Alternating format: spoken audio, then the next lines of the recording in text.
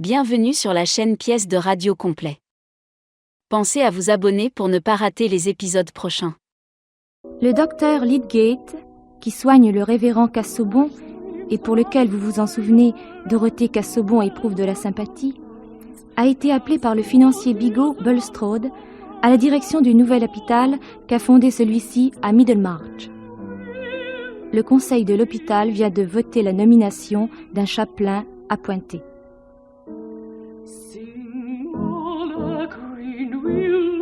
Must be my God. Sing willow, willow, willow.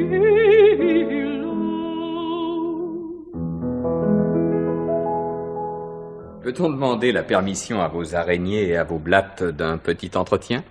Aujourd'hui, c'est à un monstre charmant, parfaitement acéphale, que vous devriez vous adresser, mon cher Lydgate.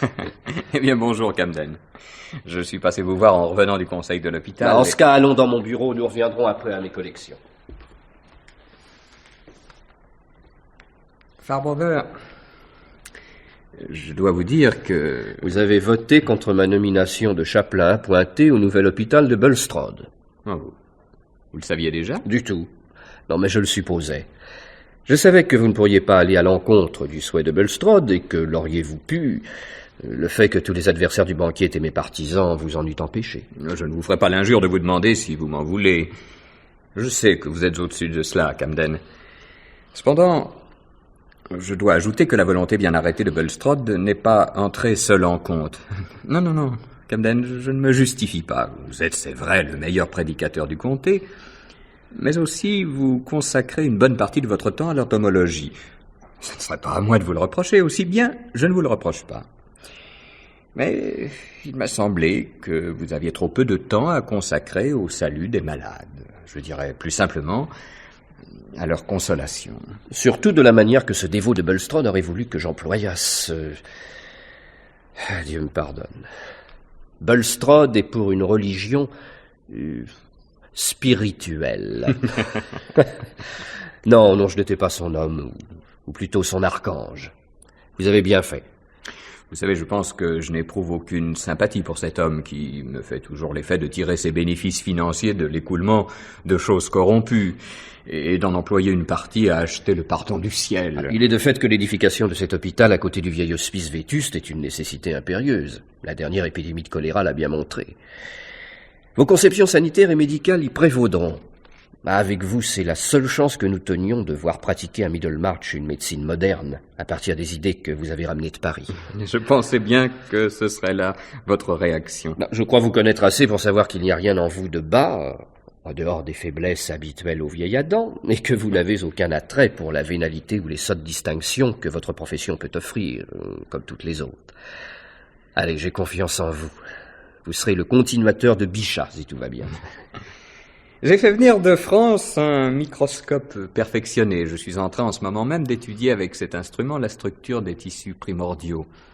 Vous savez que l'idée de Bichat était que les corps vivants ne sont pas des associations d'organes qu'on peut comprendre en les étudiant séparément, puis dans leur ensemble, mais qu'il convient d'étudier leurs structures intimes qui sont à la base du vivant. Et c'est ce que vous comptez faire? Oui, mais en essayant, bien modestement, de monter un degré de plus. Bichat est mort à 30 ans, il n'a pas eu le temps de dépasser l'examen des tissus et leur différenciation. Mais peut-être fut-il arrivé à concevoir le principe d'unité qui régit ces structures, cet élément encore plus intime qui les gouverne toutes. Et c'est ce à quoi vous mènera un travail de laboratoire, je suppose. Je n'aspire qu'à former un chaînon dans la chaîne des découvertes. Mais vous voyez, Camden, je ne pouvais pas abandonner un grand dessin à cause d'une niaiserie de Bigot. Bigoterie qui l'a par ailleurs amené à concevoir ce grand dessin. Ah, Providence, imprévisible Providence. Plus immédiatement, j'ai quelques projets de réforme de la profession qui me tiennent à cœur. On en parle. Je me suis laissé dire que vous entendiez faire respecter la loi récente qui interdit aux médecins de fournir eux-mêmes les médicaments qu'ils préconisent ou de toucher à un pourcentage des pharmaciens. Vous allez vous attirer là bien des animosités. Je me contente d'observer une loi qui a été votée par le Parlement anglais. Pis encore, vous entendez aussi vous attaquer au divorce entre médecine et chirurgie et de plus d'une manière. Oui, Et alors? Je dois vous révéler, Tertius, une chose que vous paraissez ignorer. Quand Mrs. Goby est décédée, il paraîtrait que vous avez demandé l'autorisation à la famille d'ouvrir son corps. Oui. Elle avait succombé probablement à une maladie de cœur dont nous ne comprenons pas encore le mécanisme. Les symptômes n'étaient pas clairs du tout. Il eût été utile pour la science médicale de faire l'autopsie. Je vous comprends, mais cela fait scandale dans presque toutes les classes de la société. Et vos confrères ne vont pas manquer d'exploiter cette vertueuse indignation. Et dire que près de 300 ans se sont écoulés depuis Ambroise Paré. Dieu de miséricorde. Mais, bon, je me soucie bien de ces ragots. Si on ne peut rien contre l'ignorance ou le dépit, on peut, comme Vézal en son temps, marcher droit au but, sans regarder à gauche ni à droite. Et dire que vous avez voulu, de votre propre aveu, vous éloigner de Londres à cause de ces intrigues et de ces tyrannies sociales. Et ainsi que vous les rencontrez aussi à Middlemarch. Et je dois vous prévenir, si vous ne le savez déjà, qu'en plus de l'hostilité professionnelle, on ne va pas manquer de gloser sur les liens nouveaux que vous allez former avec la famille Vincey, apparentée de si près au Bulstrode. Des liens nouveaux? Que voulez-vous dire? N'oubliez pas que moi aussi, je suis assidu aux soirées des Vincey. Expliquez-vous, Camden. Enfin, voyons, cela aurait-il un rapport avec Rosamond Vincey? Mais enfin, on vous la donne pour fiancée depuis déjà quelques semaines. Et ma foi, à vous voir auprès de la jeune fille, quasiment en extase devant elle, et ayant fait le vide de tous ses soupirants, je l'ai cru, moi aussi. Il n'y a pas de mal à cela, n'est-ce pas? Mais je ne veux pas me marier encore, il ne peut en être question. Ce que vous avez vu, Fairbrother, n'est qu'un jeu innocent auquel Miss Vincey se prête admirablement. Cette jeune fille a le sens des rapports sociaux. C'est une petite personne accomplie qui sent très bien les nuances. Pardonnez-moi. Un clergyman ne sait presque rien de ces rapports de galanterie très subtils entre un homme et une femme. Au reste, je dois reconnaître que Rosamond Vincey me semble l'idéal féminin et qu'elle me plaît beaucoup. Cela dit, je ne veux ni ne puis l'épouser avant 4 ou 5 ans, si elle m'agrée. Êtes-vous bien certain, Tertius, que Miss Vincey soit dans les mêmes dispositions intérieures que vous-même et qu'elle ne poursuive réellement d'autre but que de flirter avec vous durant 4 ou 5 ans dans une attente hypothétique? Je crois qu'elle n'a aucune idée derrière la tête. Et quand cela serait... Je vous le répète, je ne puis prendre aucun engagement de cette sorte maintenant. Je viens de racheter la clientèle de Peacock et ma carrière, à cause des ambitions que je vous ai dites, s'annonce plutôt difficile. D'autant plus que la direction de l'hôpital que j'ai acceptée ne fera qu'aggraver les choses. Pas sur le plan financier, toujours. Je suppose que Bulstrode vous fera donner un traitement convenable. Eh bien non, précisément. J'ai exigé des appareils et une installation moderne qui coûtent les yeux de la tête. En revanche, j'ai dit à Bulstrode que je n'accepterais aucun traitement pendant de nombreuses années. Ce qu'il a accepté.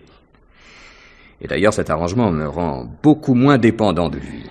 Ah, cela est noble, Lydgate. Ce qui me paiera, ce sont les choses que j'y apprendrai moi-même, et que par la suite, j'enseignerai ou ferai enseigner aux autres.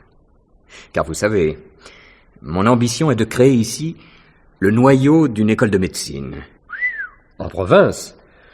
À Middlemarch? Oui. Ma foi, vous avez raison de ne pas vouloir former d'attache maintenant. Dans le mariage serait, je le crains, préjudiciable à d'aussi vastes desseins. Vous auriez raison de refuser de vous marier dans ces conditions, surtout avec une jeune personne comme Rosamond Vincey, assez snob et habituée au luxe. Mais je ne suis pas aussi sévère, et je pense que Rosamond pourrait comprendre mes buts et s'y plier.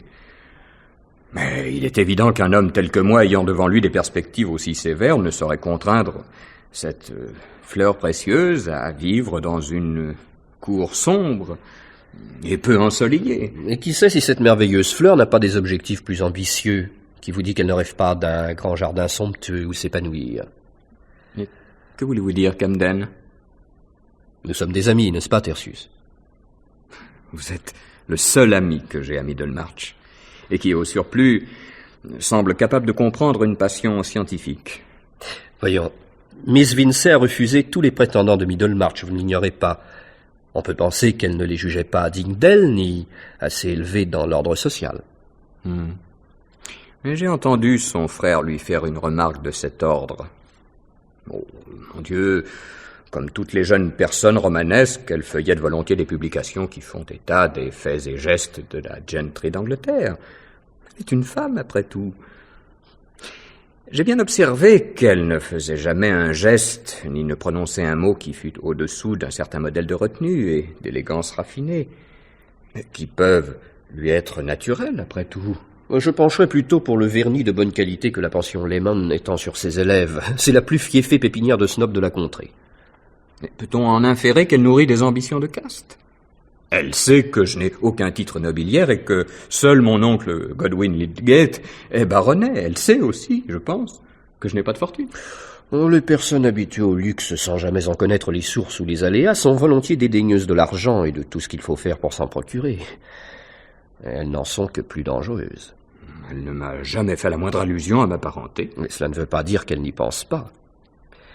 Je l'ai souvent entendu ironiser sur cette Mary Garth, dont son frère était pris, je le présume. C'est là pourtant la meilleure créature que je connaisse. Oui, et je crois l'avoir vue chez le vieux Featherstone. Elle lui sert de garde-malade, n'est-ce pas? Pas fort jolie, mais elle a l'air en effet d'une brave fille. Oh, comme vous dites cela. Je crains que vous ne voyiez dans la femme que ce qui est capable d'éblouir les sens de l'homme et de lui servir de distraction. Au reste, je ne trouve pas du tout que Mary Garth soit dépourvue de beauté.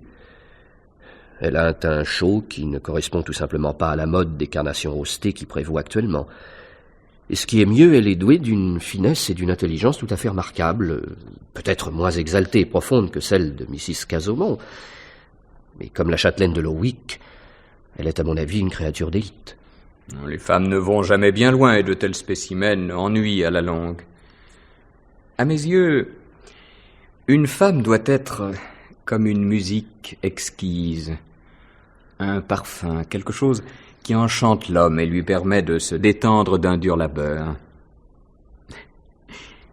Dites un peu, Farbrother. Vous me semblez avoir une admiration extraordinaire pour cette Miss Garth. Pardonnez-moi si j'ai blessé en vous un sentiment d'amitié. Je l'ai eu comme élève au catéchisme autrefois. J'ai pu la juger. Et vous êtes resté sur cette impression ancienne? Non. Non, je l'ai souvent revue depuis et je trouve qu'elle mériterait... Mieux que Fred Vincey, je suppose. Je n'ai pas dit cela. Pour revenir à Miss Vincey, n'allez pas croire que je ne la trouve pas charmante, moi aussi, et tout à fait séduisante. Après tout, vous avez bien fait de me parler ainsi, Camden. Je vais espacer mes visites chez les Vincey. Depuis hier, justement, j'ai une expérience en train qui va m'obliger à faire des observations quotidiennes. Ah, l'entomologie est une passion de tout repos, jusqu'à ce que l'on découvre qu'il y a là-dedans d'immenses possibilités d'observation.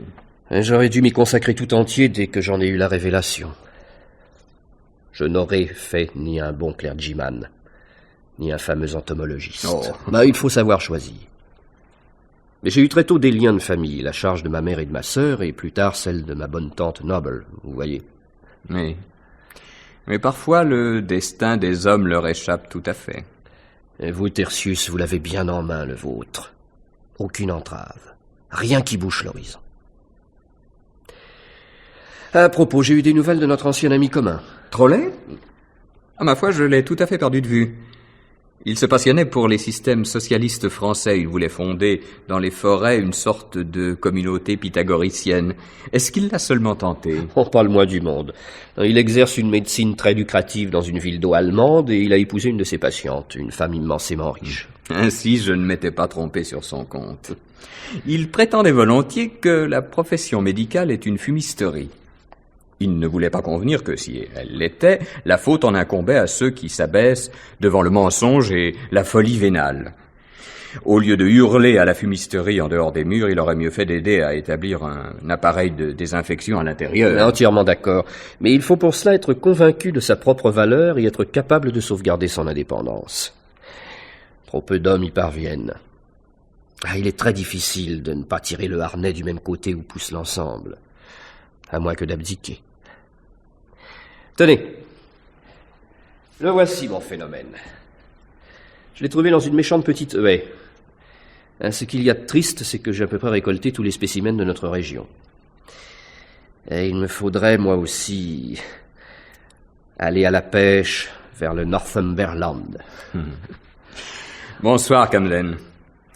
Je vous remercie de tout cœur pour votre compréhension au sujet de l'hôpital.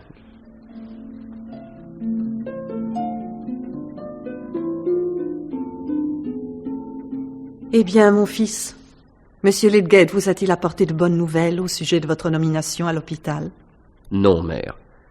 Cela n'a pas marché. Il n'a donc rien pu faire pour vous? Lui qui est quasiment le bras droit de Bulstrode? Il avait des raisons tout à fait honorables pour ne pas me soutenir. Des raisons que je comprends et que j'approuve, mère. C'est un garçon qui ira loin si... A-t-il vraiment l'intention de se marier avec Rosamond Vincy? Non, mais c'est peut-être pire. Si? Disiez-vous, Camden? Si quoi? S'il ne rencontre pas des obstacles sur sa route. Mais quels obstacles voudriez-vous qu'il rencontre? Je me demande si ce garçon qui a tant de distinction d'esprit échappera tout à fait à certaines vulgarités. Mais Camden, à part le fait qu'il ne vous a pas soutenu, c'est un garçon dont les moindres gestes attestent la distinction et la chevalerie. Et il est si bien élevé, si beau. Ce n'est pas cette sorte de vulgarité qui me préoccupe pour lui. C'est autre chose, qui réside dans la nature de ses préjugés, lesquels sont à peu près identiques à ceux de n'importe quel homme du monde. Alors je crains que son intrépidité intellectuelle, voire même ses élans de générosité, n'aient pas pénétré jusqu'à ses goûts et ses jugements quotidiens. Voilà un homme qui ne fait aucune différence entre Rosamond Vincy ou des jeunes filles de plus noble caractère. Mary Goff, par exemple. Si vous voulez.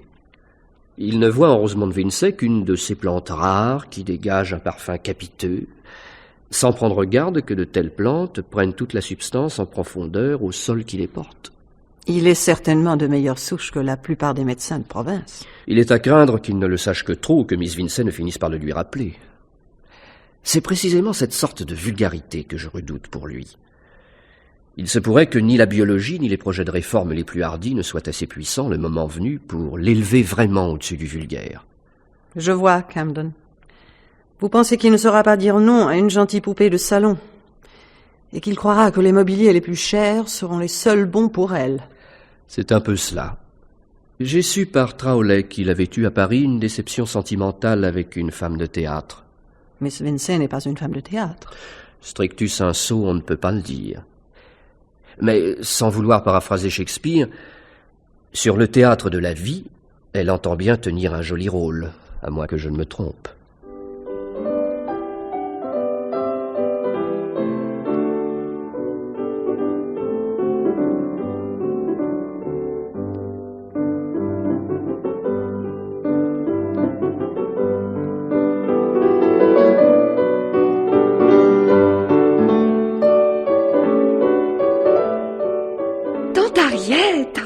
Que tu es élégante. Pas tout à fait autant que toi, Rosie. Tu as des toilettes de plus en plus coûteuses. Ces ruches autour de ton cou sont charmantes. J'en ferai faire de semblables pour Kate. Es-tu seule? Oui, tante. Vous savez que le vieux Featherstone est moribond. Il paraît que ce n'est plus qu'une question d'heure. Maman est à son chevet avec Fred. Tout le banc et l'arrière-banc des Featherstone et alliés sont là, à rôder dans Stone Court pour guetter le dernier soupir. Et s'espionner probablement pour voir si l'un ou l'autre ne dérange pas quelque chose sous l'oreiller du mourant. Oh, de toute façon, il ne veut voir dans sa chambre que notre famille. Et naturellement, Mary Garde qui le soigne. Si on réfléchit bien, c'est elle qui mériterait d'hériter de Stone Court. Elle l'a soigné avec un dévouement filial. C'est une fille désintéressée. Cela n'empêche que l'oncle Featherstone ne lui laissera rien. C'est Fred qui récoltera probablement. Je reviens de chez Selina Plymdale. M'a donné un excellent patron de mitaines pour la vente de charité. Elle semble furieuse que tu aies refusé Ned, et par 2 fois. C'est ainsi. Son fils me déplaît, je n'y puis rien. Pourtant, vu la situation de ses parents, il était mieux à même que certains autres d'entretenir une jeune femme dans ton genre. C'est possible. On te reproche à juste titre de n'aimer aucun des jeunes gens de Middlemarch. Et pourquoi, s'il vous plaît, devrais-je choisir forcément quelqu'un de Middlemarch? Vous avez bien épousé Bulstrode, vous, ma tante. N'était-il pas un étranger quand il est venu s'installer à Middlemarch? Et la religion ne nous enseigne-t-elle pas à accueillir les étrangers? Tu ne nieras pas que tout étranger qu'il ait été, ton oncle a fait pour Middlemarch beaucoup plus que la plupart qui sont nés. Justement, à propos du nouvel hôpital, il y a des bruits qui courent au sujet de toi et de Lydgate. Vous seriez fiancés? Et ton père ne me l'aurait pas dit? Je ne suis pas fiancée, ma tante. Comment se fait-il alors que toute la ville en parle? Ah, toute la ville? Ces rumeurs n'ont aucune importance après tout. Je ne sais quel crédit attacher à ces bruits, mais tu devrais te souvenir que tu n'auras pas de fortune, en dépit de l'éducation qu'on a cru bon de te donner. Ton oncle Bulstrode a tiré ton père d'embarras plusieurs fois. Quant à Mr. Lydgate, souviens-toi qu'il n'a aucune fortune. Oh, il est intelligent, c'est vrai. Je sais que cela est fort attirant. Moi-même, j'aime à m'entretenir avec des hommes de cette éducation. Mais sa profession ne lui rapporte pas beaucoup, et tu n'es pas préparée à épouser un homme pauvre. Mr. Lydgate n'est pas pauvre, ma tante, il est d'excellente famille. Il nous a fait comprendre à ton oncle et à moi qu'il était pauvre. Peut-être en comparaison avec certaines de ses relations qui mènent grand train. Grand train.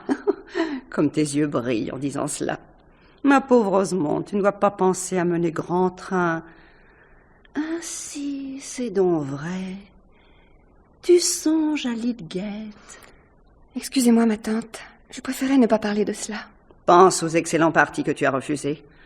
L'un d'eux est encore à ta portée si tu le désires. Voyons, Ned est un jeune homme aimable. Certains même le trouvent beau. Quoiqu'il ait les mains un peu rouges. C'est un fils unique. Une grande affaire comme celle de son père vaut beaucoup mieux qu'une profession libérale. Oh, qu'il n'en soit plus question. Dorothée Brooke a épousé, dans un élan de juvénile enthousiasme pour ce qu'elle nommait sa grande âme, Edward Casaubon, clergyman d'âge mûr et de santé chancelante, qui s'est très vite révélé d'un caractère plutôt tyrannique et mesquin.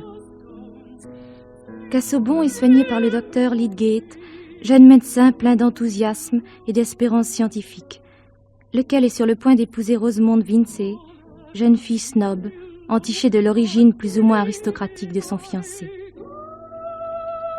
Chez les Vincey, on attendait avec impatience la mort du vieux Featherstone, croyant que son héritage allait échoir à Rosemonde et à son frère.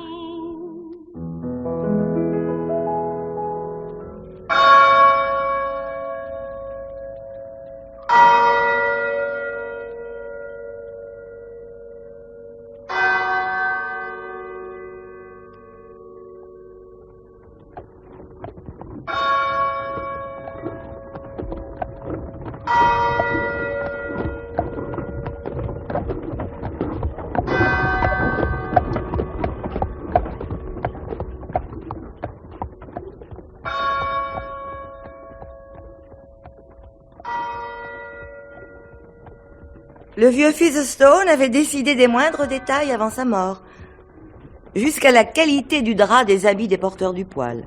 M'a dit Humphrey. Oh, venez à la fenêtre. Vous pouvez voir qu'ils sont à cheval et qu'ils ont la livrée de deuil la plus pompeuse qui existe. Mais comment se fait-il, Elinor, que ce soit le révérend Cadwallader de Tipton et Freshit qui enterre Featherstone sur la paroisse de Lowick et non pas... Oh, il y a plusieurs raisons à cela. D'abord, quel qu'ait pu être son détestable caractère, Featherstone avait gardé respect et déférence pour les vieilles familles. Et il se rappelait que les Cadwallader sont issus de la plus ancienne, sinon la plus noble du comté.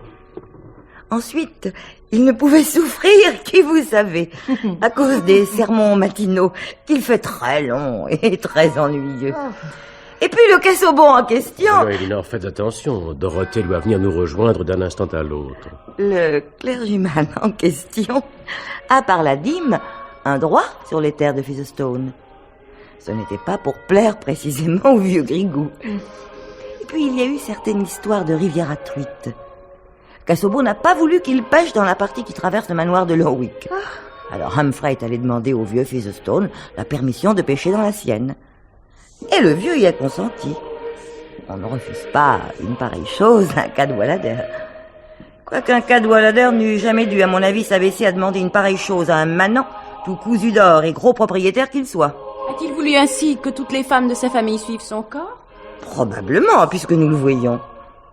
Le plus cocasse de l'affaire, c'est que toutes ces familles présentes nourrissent les mêmes espoirs testamentaires. Mais enfin, il n'y en aura pas pour tout le monde. Stone Court a beau être un respectable domaine partagé entre ceux que nous voyons défiler ici, il ne resterait qu'un petit carré de navets pour chacun.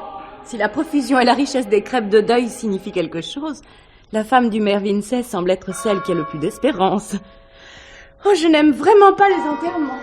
Ma chère Célia, quand on a un recteur dans la famille et que votre mari est l'intime ami d'un autre, on se doit de participer à toutes les cérémonies religieuses. Quand j'ai épousé Humphrey, je me suis dit tout de suite que je devais aimer les sermons. Oh, c'est l'évidence même. Verrons-nous le recteur Casaubon à propos? Je crois savoir qu'il déteste les enterrements et ne consent jamais, sauf exception, à y assister ou à y officier. Pour le moment, je sais qu'il est enfermé dans sa bibliothèque. Sans doute à y remâcher un beau morceau d'erreur érudite. Voici Dorothée. Prends ma place à la fenêtre, Dodo. Je sais que tu aimes cela.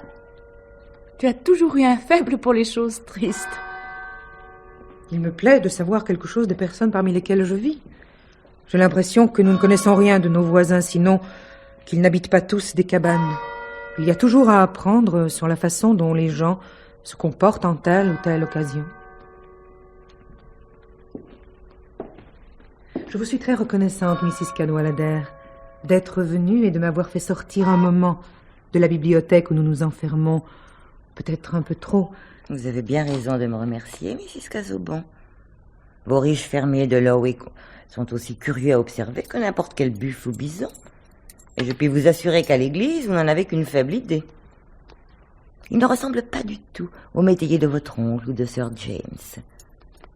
Ceux d'ici sont des monstres, des fermiers sans seigneur, des gens impossibles à classer. Et Elinor oublie qu'il y a quantité de gens dans ce cortège qui ne sont pas de Lowick. Des héritiers venus d'ailleurs. Lovegood me disait qu'en dehors des terres, le vieux Featherstone avait aussi beaucoup d'argent. Dire qu'il faut voir ça. Alors que tant de cadets de bonne famille n'ont pas de quoi dîner. Ah, voici Mr. Brooke.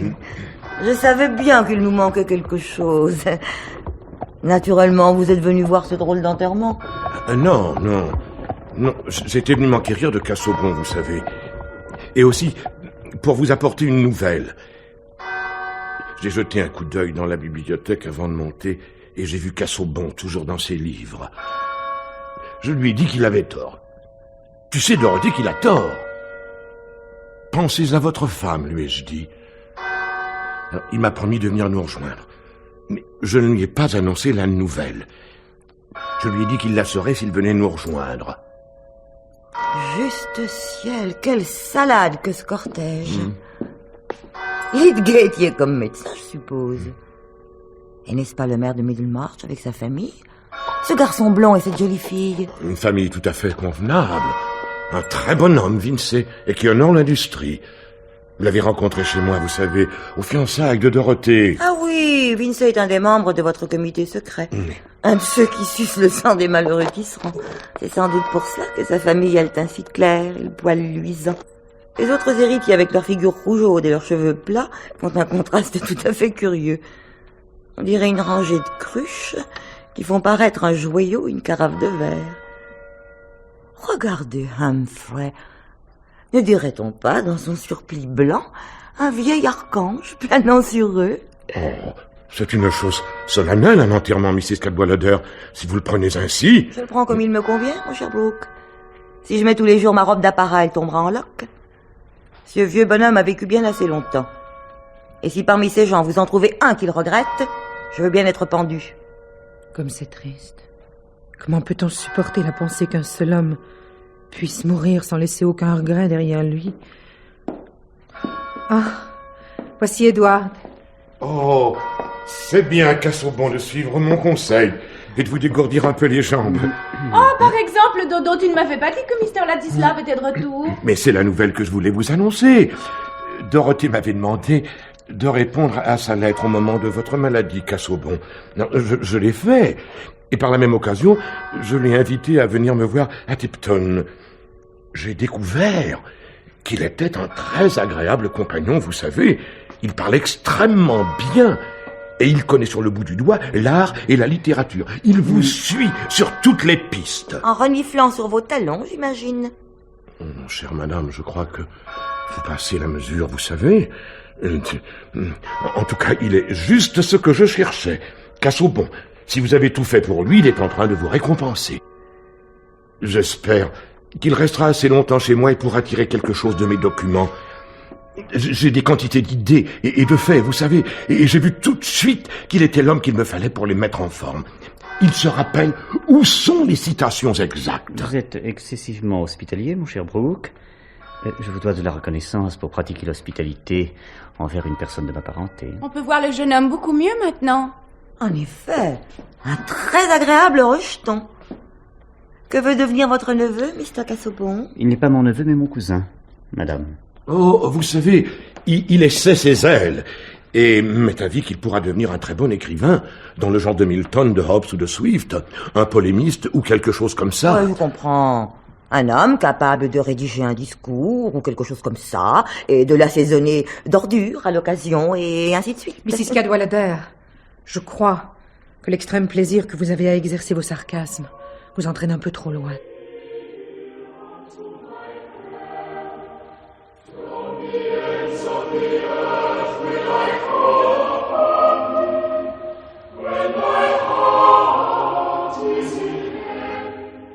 Eh bien, mon garçon, j'espère maintenant que vous allez commencer votre 3e trimestre avec l'idée de travailler et de passer vos examens. Ah, jeune homme, vous espériez qu'au lieu de savoir aujourd'hui ce que vous devez faire, vous sauriez que vous ne deviez rien faire du tout, que votre existence se passerait désormais en costume rouge, monté sur un hunter de race, à jouir de la considération générale en n'ayant pour tout mérite que d'avoir hérité du vieux Featherstone. Mais voilà, mon cher Fred, vous n'avez rien du tout. Le vieux Featherstone vous a laissé, comme à tout le monde, 100 livres, pas même de quoi payer vos dettes. Ah. Oh. Vous êtes impitoyable pour le pauvre garçon, vous l'avez blessé. Si vous aviez mieux élevé vos enfants aussi. Avouez que ce pauvre garçon n'a pas de chance, Vincey. J'appelle ce testament une escroquerie. Il voulait toujours que notre pauvre Fred soit auprès de lui. Il était fier de son élégance, de sa façon de monter à cheval, de briller dans le monde. Et voilà que... Mais qui se serait douté que le vieux Featherstone avait ce fils naturel que personne n'avait jamais vu? Quoi qu'il en soit, vous avez toujours trop gâté Fred. Mais il était mon premier-né. Mais vous vous êtes assez réjoui lorsqu'il est venu au monde. Sait-on jamais ce que peut devenir un bébé? Moi, j'étais un peu toqué, c'est vrai. Mais qui a des enfants plus beaux et meilleurs que les nôtres, Vincey? Dès que notre Fred ouvre la bouche, on sent tout de suite qu'il a fréquenté l'université. Et Rosemonde, trouvez-moi une jeune fille qui lui ressemble. On peut la comparer à n'importe quelle lady. J'ai même entendu Lydgate dire l'autre jour à notre fille qu'il ne remarquait pas la beauté de Mrs. Casaubon, qui passe cependant pour être d'une beauté rare. Alors je ne vois pas le rapport. Il a choisi Rosemonde, lui qui appartient à la meilleure société et qui est allé partout. Son oncle est baronnet. Ah. Oui, l'oncle qu'il a élevé. Au diable, les baronnets! J'en ai assez! Je ne veux pas d'un gendre qui ne se recommande que par ses relations mondaines ou familiales. Des baronnies qui ne sont même pas directes. Vous sembliez absolument enchanté de ces fiançailles. Il est vrai que je n'étais pas là lorsque Rosemonde vous a parlé de cet engagement. Retenu que j'étais au lit de mort de ce vieil escroc, que Dieu ait son âme. Mais Rosie m'a dit que vous n'aviez pas fait une seule objection. Et elle a déjà commencé à s'acheter du beau linge en fine batiste pour son trousseau. Comment cela? Sans me consulter?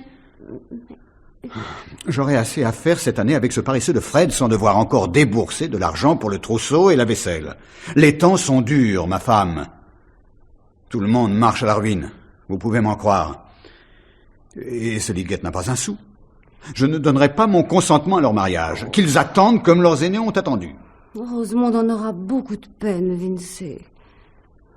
Quand le jeune homme avait espacé ses visites, je ne sais pourquoi, rappelez-vous comme elle se forçait à rire ou à parler sans en avoir envie, la pauvre petite. Heureusement, les choses se sont arrangées. Oui, elle lui a remis le grappin dessus. Oh, comme cette expression est vulgaire. Ouais, et c'est pourtant la vérité. Manifestement, ce garçon s'était éloigné. Il a plus de bon sens que notre fille. Vince, voyons. Vous savez bien qu'il vous est très pénible de la contrarier. Je le ferai cependant. Plutôt les fiançailles seront rompues, mieux ça vaudra. Mais je ne crois pas, voyez-vous, que Lydgate ait jamais des revenus suffisants pour satisfaire Rosemonde, surtout du train qu'il y va. Il se fait des ennemis partout. Mais Bulstrode ne le tient-il pas en grande estime? Je pense que ce mariage lui plairait. Mais Bulstrode est lui-même détesté à Middlemarch. On ne comprend pas ce dévot libéral, et si vous voulez mon opinion, on a raison de ne pas le tenir en grande estime. Oh, Walter, il est le mari de votre sœur. Bon. Mais Bulstrode ne paiera toujours pas leur entretien. Et si Lydgate croit que je vais leur donner de l'argent pour monter leur ménage, il se trompe. Voilà tout. Au reste, le voudrais-je que je ne le pourrais pas. Il est probable que je vais devoir déjà renoncer à mes chevaux. Feriez bien de dire tout cela à Rosie, ma chère. Mais je l'entends qui descend. Arrangez-vous avec elle. C'est à une mère de dire certaines choses à sa fille. Rosie, j'ai une nouvelle pénible pour toi. Tu sais, le testament de ce vilain homme nous a porté un coup. Ton père et moi, nous espérions... Enfin, toujours est-il que ton père ne veut pas que tu épouses Lydgate. Du moins pas pour l'instant. Il dit que... Voilà 7 semaines qu'il m'a donné son consentement. Il m'avait toujours dit, souvenez-vous, maman, qu'il souhaitait que j'épouse l'homme que j'aime. Et j'épouserai Mr. Lydgate. Bien, ma chérie. Je te laisse t'arranger avec ton père. Tu t'arranges toujours avec tout le monde. Tu sais prendre les gens, je l'ai toujours remarqué. Si nous devons acheter du damas, il vaut mieux aller chez Sadler que chez Hopkins. Et puis, ne penses-tu pas que la maison de Mrs. Bretton est un peu grande? C'est celle qui me convient. Et je l'ai choisie, mais je ne reviendrai pas là-dessus non plus. Oh, je t'imagine très bien dans une maison semblable. Mais il faudra beaucoup pour la meubler. Et des tapis et des glaces, sans compter tout le reste. Rosie, ton père vient de me dire qu'il ne te donnera pas d'argent. Crois-tu que Mr. Lydgate s'attend à cela? Vous n'imaginez pas que je vais le lui demander? Il connaît ses affaires. Du reste, il a déjà acheté lui-même une merveilleuse vaisselle plate. Il peut croire que nous sommes fortunés et que la manufacture de ton père est aussi florissante que jamais. Évidemment, nous pensions tous que toi aussi tu hériterais d'une jolie somme. Et maintenant, c'est une situation désolante.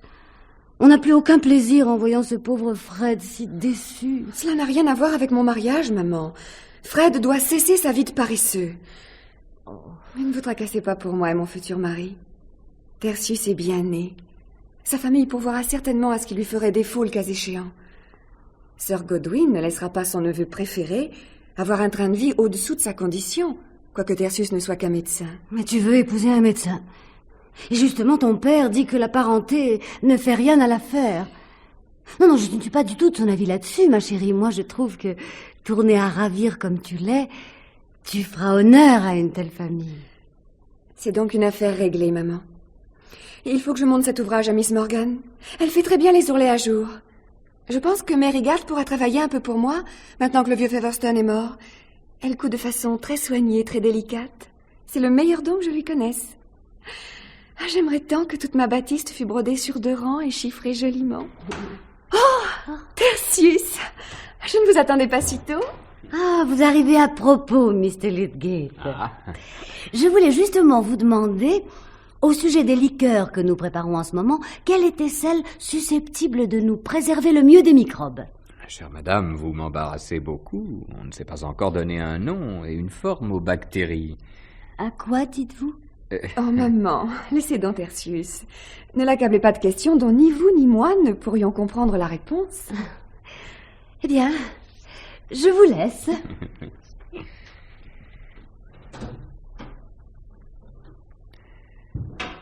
Quelle adorable créature vous êtes, ma chérie. Et si fine, si intuitive. Une femme de médecin tout à fait parfaite. Tertius, je dois vous dire quelque chose. Oui, chérie? Nos fiançailles déplaisent à papa. Il a dit qu'il vous parlerait et que nous devions les rompre. Voudriez-vous les rompre? Je ne renonce jamais à ce que j'ai choisi. Mon amour, ma chérie. Votre constance m'est un charme de plus. Et d'ailleurs, il est trop tard pour ce que votre père exige. Vous êtes majeure et je désire que vous soyez ma femme. Si quelque chose vous rend malheureuse, c'est une raison, au contraire, pour hâter notre mariage. Au reste, pourquoi le différer? J'ai loué la maison que vous désiriez. Tout sera bientôt prêt, n'est-ce pas? Ne vous inquiétez pas des vêtements.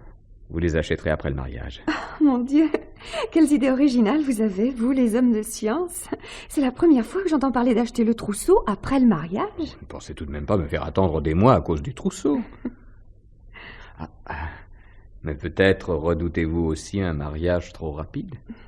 Je comprends que vous vouliez prolonger cette douce période des fiançailles. On dit que chez les jeunes filles, il se fait dans ce moment-là une certaine provision de doux souvenirs. Eh bien, Rosie, je m'en remets à vous, pourvu que la date soit arrêtée. Dans 6 semaines? Oui. Mais alors, Tertius, nous devons nous occuper très vite du linge de maison et des meubles. Il est vrai que maman pourrait veiller à tout cela pendant notre voyage de noces. Assurément. Nous serons absents 1 semaine environ. Oh, plus que cela, nous serons dans votre famille. J'aimerais tant bien connaître les vôtres. Mais nous ne ferons qu'y passer, le temps de vous présenter à mes oncles et à mes cousins. Vous parlerez donc à papa. Moi, je m'en vais presser le travail des couturières et des brodeuses. Je regarde ce jardin et toutes ces fleurs de l'été. Aucune n'est aussi suave et belle que ma chérie. Ma chérie que je dois laisser maintenant, bien à regret. Serez-vous toujours médecin, Tertius? Quelle question? Bien sûr, ma chérie.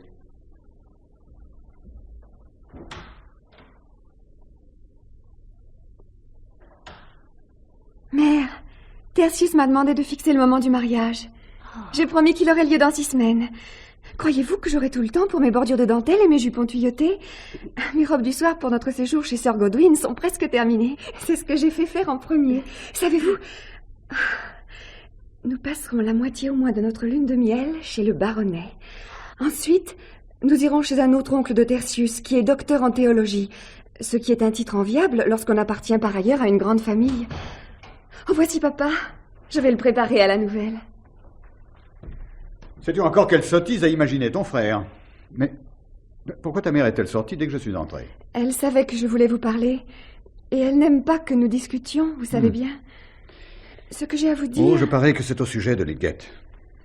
Oh, tu ferais bien de rompre tes fiançailles au plus vite. Eh bien, père, nous venons pourtant de hâter la date de notre mariage. Ah? Tu fais une sottise, ma fille. Bien plus grave, à mon avis, que si Fred épousait Mary Garth. Qu'a-t-il devant lui comme espérance, ton Lydgate?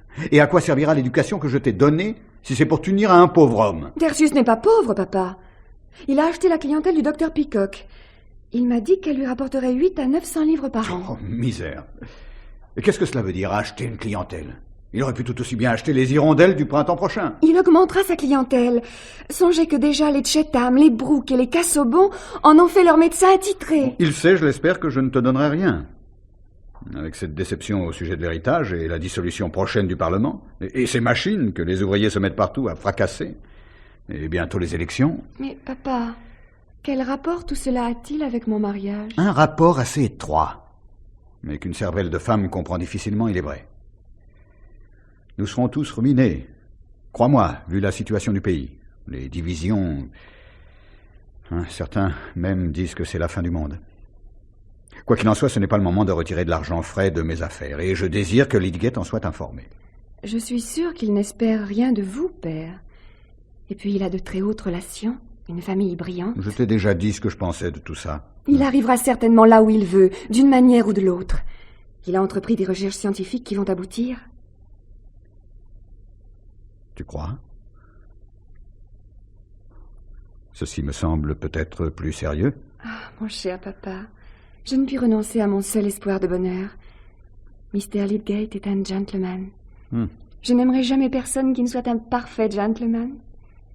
Voudriez-vous me voir mourir de chagrin, comme Arabella Hawley, mon petit papa? Bien.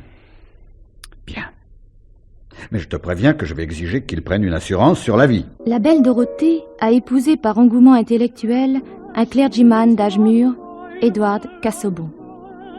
Celui-ci l'a emmené en voyage de noces à Rome, l'avertissant qu'il profiterait de ce séjour pour mener d'intenses recherches à la bibliothèque Vaticane. Au cours de ses promenades solitaires dans Rome, la jeune femme a rencontré un cousin de son mari, Will Ladislav. Les deux hommes, manifestement, ne s'aiment guère. Will a parlé à Dorothée des travaux de son mari d'une manière qui l'a blessée. Sing willow, willow, willow.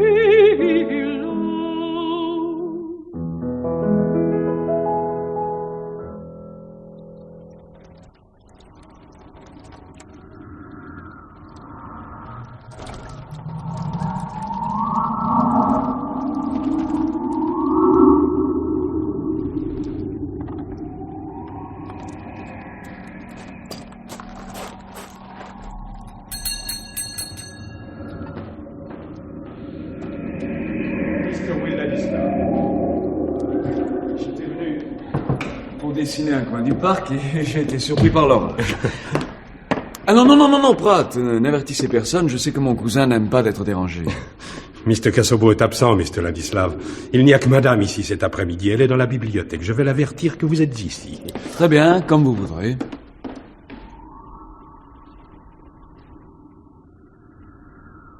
Heureuse de vous voir ici, Will Ladislav. Mr. Casaubon est malheureusement chez le grand doyen. J'ignore s'il rentrera avant le dîner. Avez-vous quelque chose de particulier à lui dire? Pas le moins du monde. Non, j'étais venu pour dessiner un coin du parc, mais la pluie si violente tout à coup m'a presque forcé d'entrer ici. Sans cela, je n'aurais pas voulu vous déranger. C'est donc la pluie que je dois remercier. En fait, j'étais venu dans l'espoir de vous rencontrer seul. Quand d'autres personnes sont présentes, ça n'est pas la même chose. C'est vrai. Alors entrez.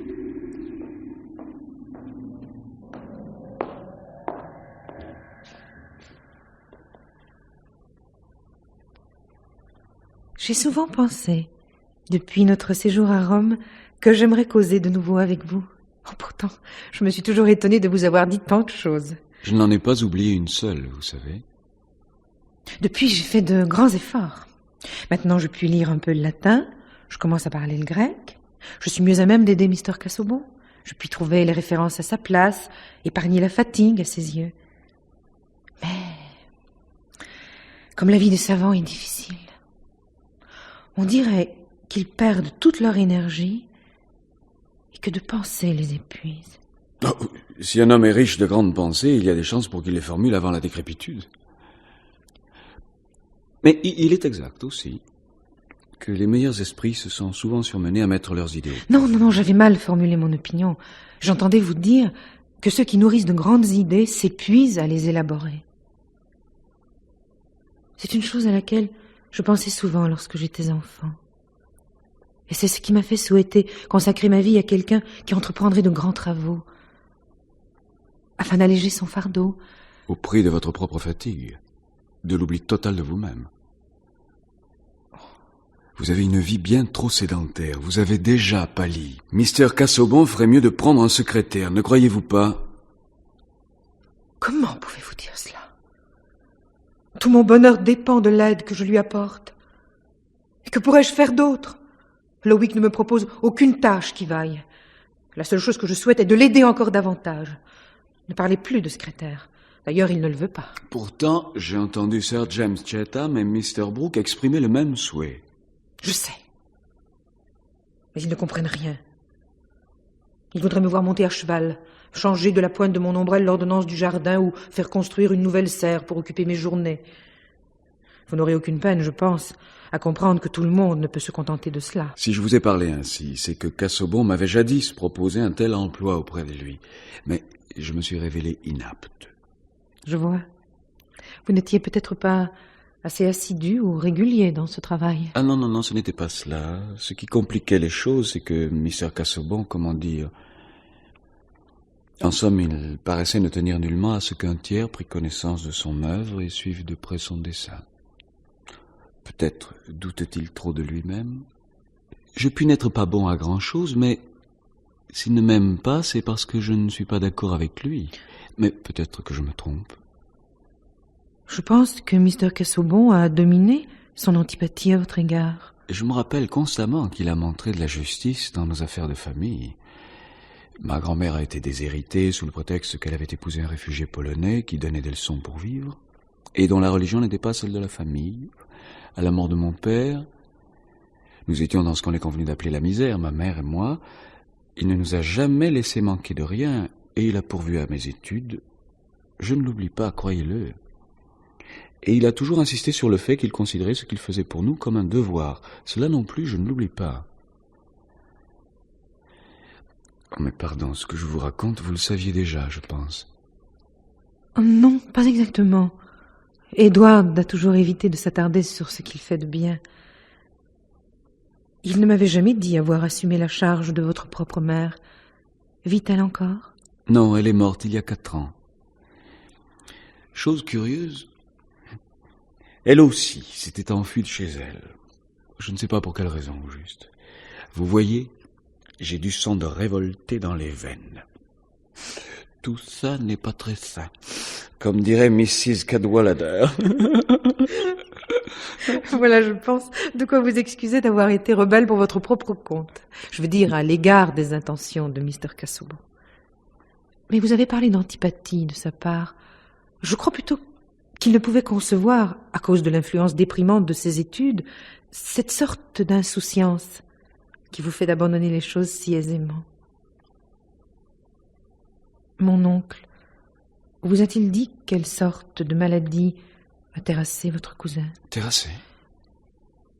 J'avais pensé à une de ces maladies dues au surmenage et à la sédentarité. C'est cela, oui, mais ce fut assez grave. Vous voyez, il est allé très loin dans le sacrifice de sa propre personne à un idéal intellectuel. Mais parlons d'autre chose. Vous entendez-vous bien avec mon oncle? Je pense que vous ne resterez plus très longtemps à Tipton Grange. C'est justement là une des choses dont je voulais vous parler. Mr. Brooke me propose de m'établir ici, dans le voisinage. Il vient d'acheter un des journaux de Middlemarch.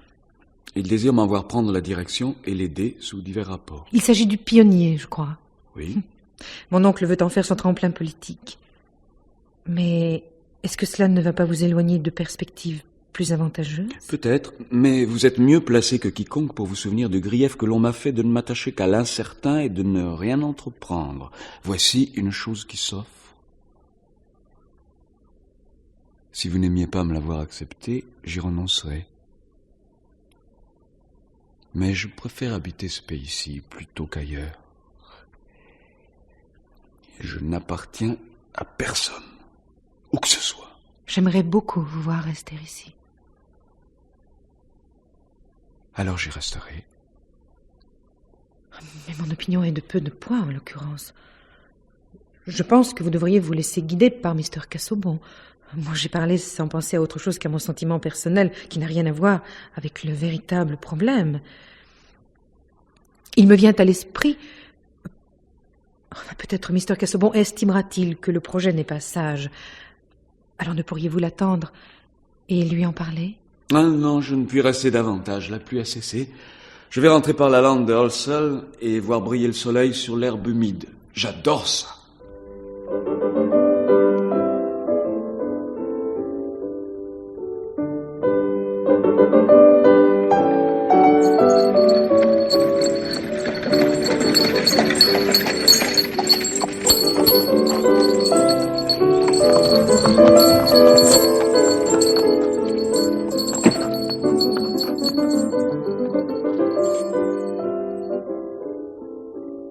Bonsoir, ma chère. Je rentre plus tôt que prévu. J'en avais assez des mondanités de la journée. Allons nous reposer un instant dans la bibliothèque avant de nous habiller pour le dîner. Vous lirai-je le journal? Oh, non, non. J'ai supporté une dose suffisante de généralité pour toute ma journée. Cependant, j'ai eu, je dois vous le dire, un très vif plaisir de rencontrer mon ami le docteur Spanning, qui vient d'être nommé évêque, et de recevoir ses éloges. Vous savez qu'il est lui-même un homme parmi les plus dignes d'en recevoir. Il m'a parlé excellemment de mon dernier essai sur les mystères égyptiens, en termes qu'il ne convient pas que je répète. Oh, je suis ravie que vous ayez eu cette joie, Édouard. Oh oui, je suis vraiment contente pour vous. Oh, et dire que je regrettais que vous fussiez sorti précisément aujourd'hui. Pourquoi donc, ma chère? Mais parce que Will Ladislav est venu. Il a parlé d'une proposition que lui a faite mon oncle Brooke. Je voudrais savoir ce que vous en penserez. De quoi s'agit-il? Mon brave oncle, vous le savez, a des quantités de projets. Il vient d'acheter un des journaux de Middlemarch. J'ai eu vent de cette excentricité. Précisément aujourd'hui. Votre oncle veut se lancer dans l'action politique du côté des libéraux. Sans vouloir offenser personne, je le crois tout à fait incapable de s'y tenir. Ah, justement, il a fait appel à Will Ladislav pour le seconder. Will Ladislav assumerait la direction du Pionnier sans parler d'autres services. Qu'en pensez-vous? Eh bien, c'est le borgne guidant l'aveugle. Oh, n'êtes-vous pas trop sévère? Votre cousin n'a pas encore eu l'occasion de faire ses preuves, vous le disiez vous-même. Ladislav est-il venu ici dans l'intention de me demander mon avis? Il n'a pas dit expressément qu'il venait vous consulter, mais en me mentionnant l'offre de mon oncle, il s'attendait assurément à ce que je vous en fisse part. À vrai dire, je craignais vos objections, mais pas celles que vous venez de faire. Je crois pour ma part qu'un jeune homme si doué pourrait être utile à mon oncle, l'aider à faire du bien mieux qu'il ne l'a fait jusqu'à présent. Je me demande ce qui vous fait augurer si favorablement de cette collaboration. Vous ne connaissez Ladislav que par ses bavardages, ses opinions sur l'esthétique littéraire ou artistique. Néanmoins, il souhaite sincèrement avoir une occupation stable. Vous lui avez reproché de n'en avoir pas cherché. Et en plus, il aimerait demeurer dans les environs parce que, dit-il, il n'a personne ailleurs qui s'intéresse à lui. Y avait-il beaucoup de monde chez le grand doyen, en dehors du docteur Spanning? Oui, assez pour souhaiter être ailleurs. En ce qui concerne Mr. Ladislav, je verrai quelle attitude prendre. Voulez-vous, s'il vous plaît, me laisser seul un instant? Je vous rejoindrai pour le dîner. Vous ne vous sentez pas bien? Je ne me sens pas mal. Je vous en prie.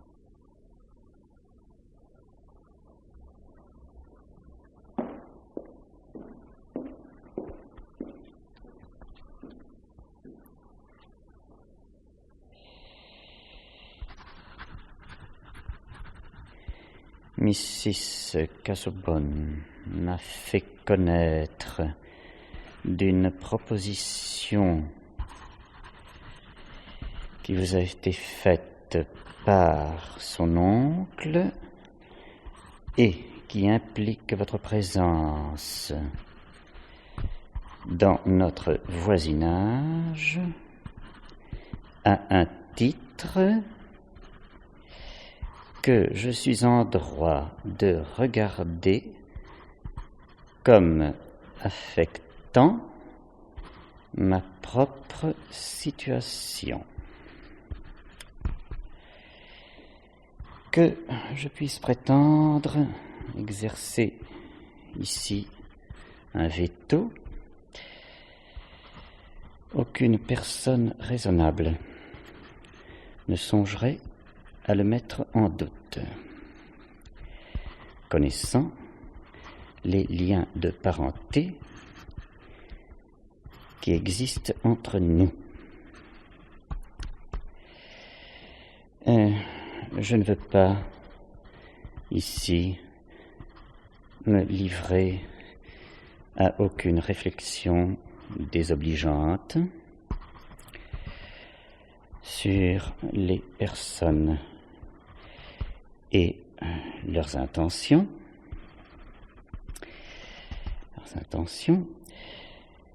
qu'il me suffise de vous rappeler qu'il y a des incompatibilités et des convenances sociales qui auraient dû détourner un homme apparenté d'assez près à ma personne de se mettre en vedette dans mon voisinage immédiat a un rang qui n'est pas seulement très inférieur au mien, mais qui le compromet dans la société dégradante d'aventuriers des lettres ou de la politique. Si vous passiez outre, à mon avis, veuillez vous considérer comme exclu. Dorénavant, des murs de ma maison. Fidèlement vôtre, Édouard Casaubon.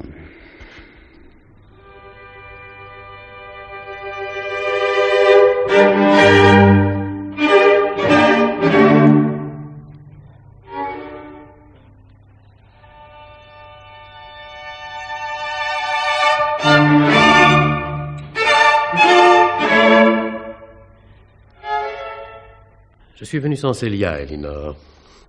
Oui, je ne pouvais parler librement devant elle de ce que j'ai à vous dire. Oh, je m'y attendais. Le pionnier à la grange. Oui, c'est épouvantable. Acheter des sifflets pour casser les oreilles de tout le monde. J'aimerais mieux que Brooke suive l'exemple du pauvre Lord Plessier, qu'il reste au lit toute la journée à jouer au domino. Ce serait plus tolérable. Il y a des flèches terribles contre lui dans le clairon. On ne le nomme pas, mais on parle d'un certain propriétaire des environs de Middlemarch qui encaisse les loyers de ses fermiers sans jamais faire de réparation. Je souhaiterais vivement qu'il abandonne ses visées politiques, mais comment l'y contraindre? A-t-il vraiment le toupet de poser sa candidature? Hier, j'ai vu Fairbrother. Lui-même est libéral, et il a plein la bouche de l'indispensable instruction pour le peuple. C'est là son plus vilain défaut, je crois. Il m'a dit que Brooke rassemblait autour de lui un parti assez fort. Bulstrode, le banquier, vient en tête. Bulstrode, vous vous rendez compte? Fairbrother pense tout de même que Brooke s'en tirera assez mal s'il se présente. Quel besoin a ce gentleman de briguer les suffrages d'une clique en sarrau? Mais je vous avais prévenu, il y a assez longtemps. J'ai dit à Humphrey que Brooke allait faire un plongeon dans la boue, et maintenant, ça y est. Il aurait pu tout aussi bien se marier, c'eût été un gâchis plus grave qu'un petit flirt avec la politique. Il pourra y songer par la suite, quand il émergera de la crotte et aura contracté la fièvre. Ce dont je m'inquiète le plus, c'est de sa dignité. Je m'en inquiète d'autant plus qu'il est l'oncle de Célia et de Dorothée. On va sortir des tas de choses contre lui. Vraie ou fausse. Oui, il ne servirait à rien, je suppose, d'user de persuasion. Chez Brooke, l'obstination et l'instabilité sont étrangement unies. L'avez-vous déjà entretenu sur le sujet, James? Pour tout dire, pas encore. Je trouve indélicat d'avoir l'air de lui dicter sa conduite. Mais j'ai parlé à ce jeune Ladislav, dont Brooke s'est fait un factotum, et que vous avez pu rencontrer à la grange. Oui. C'est un garçon intelligent. Il n'est pas d'avis que Brooke se présente cette fois-ci. Il pense que le candidat ne retient pas assez bien ses discours par cœur, sans doute, et qu'il a tendance à perdre le fil. C'est Ladislav. Voilà encore une affaire contrariante. Nous pensions qu'il était à la grange en simple visiteur, et maintenant je m'aperçois que tout Middlemarch en parle comme du rédacteur en chef du Pionnier. Le bruit court qu'il est un gratte-papier étranger, un espion, que sais-je encore. Cela ne plaira pas à Casaubon. Il a sans doute du sang étranger dans les veines. Enfin, j'espère qu'il ne donnera pas dans les opinions extrêmes, et qu'il n'y entraînera pas Brooke. J'ai aussi appris que, par Pratt, qu'il est allé à Lowick, et que Dorothée l'a reçu. Allons bon. C'est un individu dangereux, une sorte de héros byronien, un conspirateur amoureux. Cela m'a frappé le jour de l'enterrement. Et Thomas Dakin ne l'aime pas beaucoup, si vous voulez m'en croire. Thomas Dakin? Casaubon, je veux dire. Je ne tiens pas à entamer le sujet avec Casaubon. Il a plus de droit que moi pour intervenir, mais c'est une affaire ennuyeuse à tout point de vue. Quel rôle pour un homme qui est apparenté à une famille honorable. Journaliste. Comme Keck, le directeur du Clairon.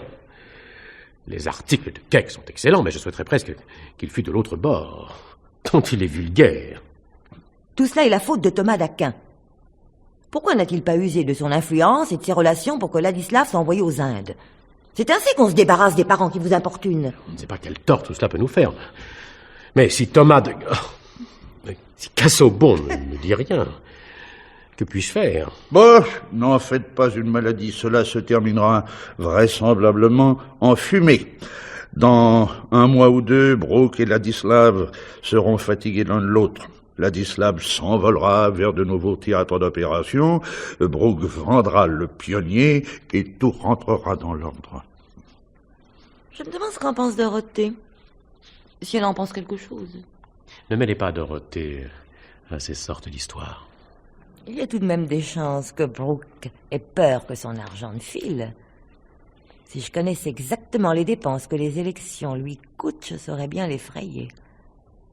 Nous, les bons avares, nous n'aimons pas voir s'envoler nos pièces de sixpence. Les choses qu'on va alléguer contre lui ne sont pas précisément agréables. La gestion de son domaine, entre autres. Le clairon a déjà commencé. Et peut-être les attaques du clairon vont-elles l'inciter à changer de méthode? Du bien peut résulter de tout ceci, et j'en serais heureux. J'entendrai moins de plaintes quand les fermiers de Brooke viennent me payer la dîme. Si Dorothée était restée près de son oncle, il y aurait eu quelque chance. Elle l'aurait sans doute influencé peu à peu. Elle s'est toujours inquiétée du sort des paysans. Elle avait des idées étonnantes sur ces choses. Mais à présent, Casaubon l'accapare tout entière. Célia s'en plaint, nous ne l'avons presque plus jamais à dîner depuis la crise de son mari. Ah, pauvre Casaubon, c'était une très vilaine attaque. Il m'a paru bien ravagé l'autre jour chez le grand doyen. Tiens, c'est curieux que vous l'ayez remarqué. Ah oui. Il n'est non plus presque jeune. Oh. Parlez d'un politicien indépendant et il poussera la malice jusqu'à apparaître. Ah oui, c'est lui. Voici Brooke. Humphrey, entreprenez-le au sujet du clairon. Et moi, je lui appliquerai des sangsues. Quant à vous, James... il me plaît bien d'aborder ces questions avec Brooke. Je voudrais que tout le monde se conduisît en gentleman.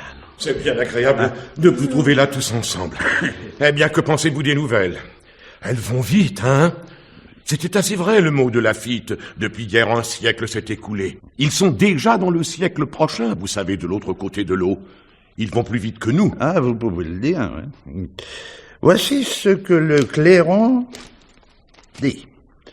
Voici que le clairon vous accuse, vous en particulier, de retarder, de rester en arrière. Vous avez vu? Hein? Non. Oui. Et tout cet article concerne un propriétaire des environs de Middlemarch qui encaisse, sans jamais rien débourser pour ce qui incombe à sa responsabilité.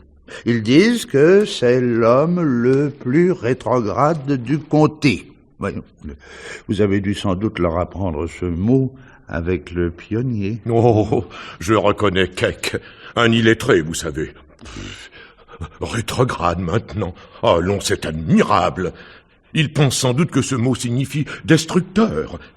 Il voudrait faire de moi un destructeur, vous savez. Eh bien, je pense que Keck connaît très bien la signification de ce mot. Écoutez ça, Brooke. Si nous avions à décrire un homme qui est rétrograde au plus vilain sens du terme, nous dirions que c'est celui qui prétend réformer notre Constitution, tandis que les intérêts dont il est responsable vont à la ruine. Un philanthrope qui ne supporte pas que l'on pende un vaurien, mais ne se soucie nullement que ses fermiers meurent de faim ou vivent dans des taudis, qui rugit de colère quand il attaque les bourgs pourris, mais ne s'inquiète pas si les champs de son domaine ont eux-mêmes des barrières pourries. Un homme qui est prêt à augmenter le nombre des sièges au Parlement, pourvu que les représentants les payent de leur propre bourse, mais qui s'oppose à accorder à ses fermiers, lorsqu'ils lui payent ses loyers, une petite remise de bail pour leur permettre de s'approvisionner, ou de réparer une porte par où le vent s'engouffre, ou de donner à leur maison un autre aspect que celui des huttes irlandaises, etc., etc. La suite tend à montrer quelle sorte de législateur peut donner un tel philanthrope. C'est assez bon, vous savez. Seulement, je n'ai jamais fait de ma vie un discours sur les bourgs pourris. Et quant à prétendre que je rugis de colère, et ainsi de suite, c'est que ces journalistes ne savent pas ce qu'est la bonne satire. La satire, vous savez, doit être vraie, jusqu'à un certain point. Je me souviens de ce qu'on a dit... Il frappe juste à propos des barrières. Dagley se plaignait à moi l'autre jour que sa ferme n'avait pas de clôture convenable. Garth en a inventé un nouveau modèle, il faudrait seulement consentir à employer un peu de bois de charpente. Vous savez, vous donnez dans l'exploitation fantaisiste, Chatham. C'est votre dada, et vous ne vous inquiétez pas de la dépense. Je croyais que le dada le plus coûteux du monde était de se présenter au Parlement. On dit que le dernier candidat ayant échoué à Middlemarch avait dépensé 1000 livres et qu'il n'a pas réussi parce qu'il n'avait pas distribué assez de pots de vin. Ce sont les Tories qui usent de la corruption, vous savez. Hawley et ses acolytes corrompent les électeurs avec des banquets à tout casser, des pommes au four, et ils les amènent ivres aux urnes. Les propriétaires retardent un peu, j'en conviens, mais nous les ferons progresser. Les meilleurs sont de notre côté. Hawley prétend qu'il y a des gens dans votre parti qui vous feront du tort. Oui, il dit que Bulstrode, le banquier, n'est pas tout blanc.